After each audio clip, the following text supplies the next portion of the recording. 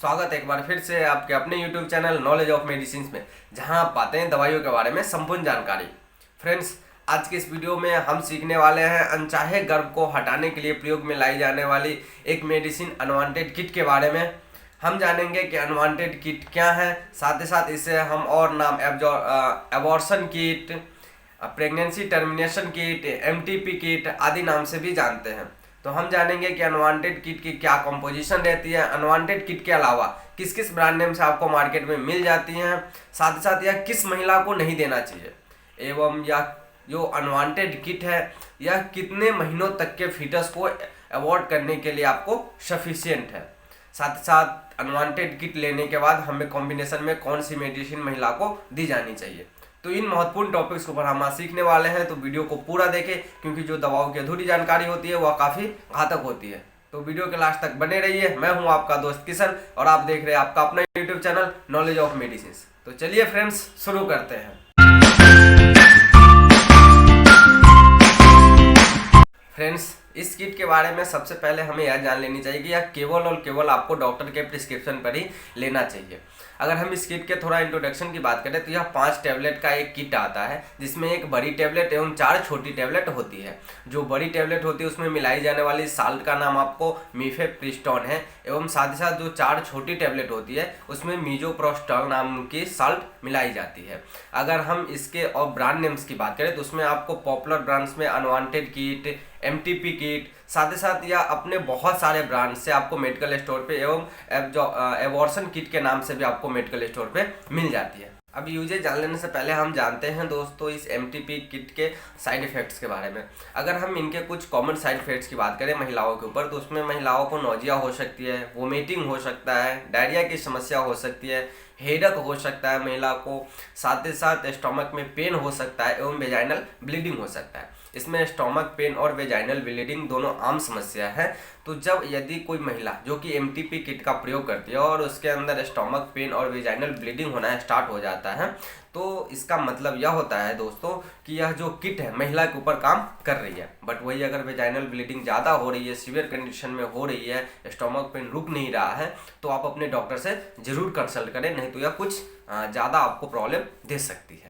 अब जान लेते हैं दोस्तों इसके यूजेज के बारे में विस्तार से। जैसा कि यह एक प्रेगनेंसी टर्मिनेशन किट है, तो इसका प्रयोग आपको एबॉर्शन के लिए किया जाता है। यदि कोई महिला जिनको अनवांटेड प्रेगनेंसी हो गई हो, अनचाहा गर्भ हो गया हो, या फिर उसके गर्भ में पल रहे फीटस का प्रॉपर ग्रोथ ना हो रहा हो, फीटस के अंदर कुछ डैमेज हो गई हो, या फिर प्रेगनेंसी के अंदर कुछ कॉम्प्लिकेशन हो गया हो, तो उसे ठीक करने के लिए आपको डॉक्टर द्वारा इस किट का प्रयोग किया जाता है। अगर हम बात करें दोस्तों कि यह किट कितने दिनों तक के फीटस को अवॉइड कर सकता है, तो यह मैक्सिमम आपको 2 से ढाई महीने तक के जो गर्भ में पल रहे फीटस होता है उसको अवॉइड करने के लिए सफिशिएंट है। अब हम जान लेते हैं दोस्तों इसके काउंटर इंडिकेशंस के बारे में कि वह कौन सी महिला है जिसे हम इस किट का प्रयोग नहीं दे सकते।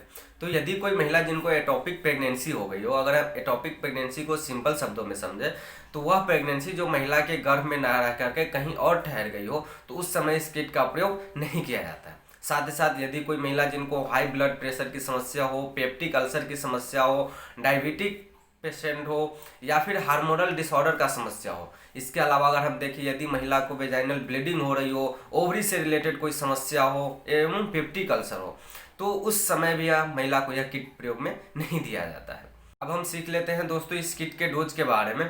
तो यह इसका डोज आपको ओरली एवं वेजाइनली दोनों तरीकों से प्रयोग में दिया जा सकता है। जो इसमें सबसे बड़ी टैबलेट होती है उसका प्रयोग खाना खाने के बाद करना होता है, एवं जो उसमें 2-4 छोटी टैबलेट बच जाती है उसमें से आपको 12 घंटे बाद एक छोटी टैबलेट लेने के लिए सलाह दी जाती है, एवं उसके 1 घंटे के बाद आपको एक और छोटी टैबलेट लेने की सलाह दी जाती है। अब जो इसकी नेक्स्ट डोज होती है दोस्तों वह 24 घंटे के बाद होती है।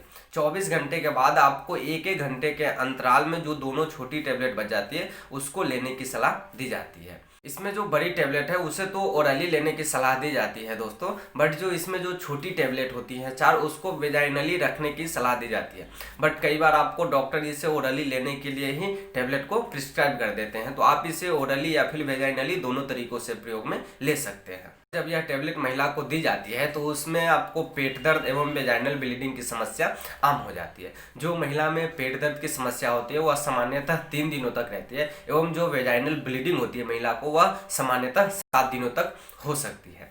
यदि महिला का जो पेट दर्द है 3 दिन के बाद भी हो रहा है एवं वेजाइनल ब्लीडिंग 7 दिनों के बाद भी उसको रुक नहीं रहा है, तो उस कंडीशन में आप एक बार अपने डॉक्टर से जरूर संपर्क करें, ताकि वह वेजाइनल ब्लीडिंग को रोकने के लिए कोई दूसरा सॉल्ट या फिर दूसरी मेडिसिन आपको प्रिस्क्राइब कर सके। वीडियो के लास्ट में हम जान लेते हैं दोस्तों इस किट के बारे में पूछे जाने कुछ सवाल के बारे में।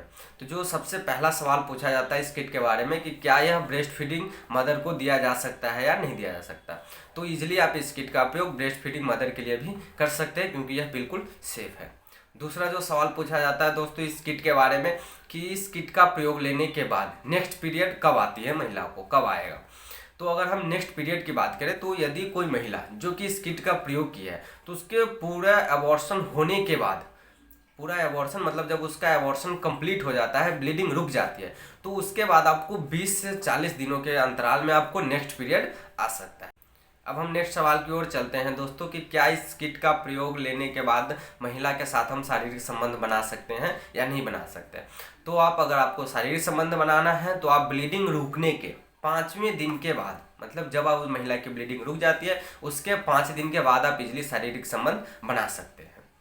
अगर हम लास्ट सवाल की बात करें दोस्तों तो जो सबसे ज़्यादा पूछा जाता है कि क्या यह किट बार बार प्रयोग लेने से फ्यूचर में प्रेगनेंसी पे खतरा हो सकता है।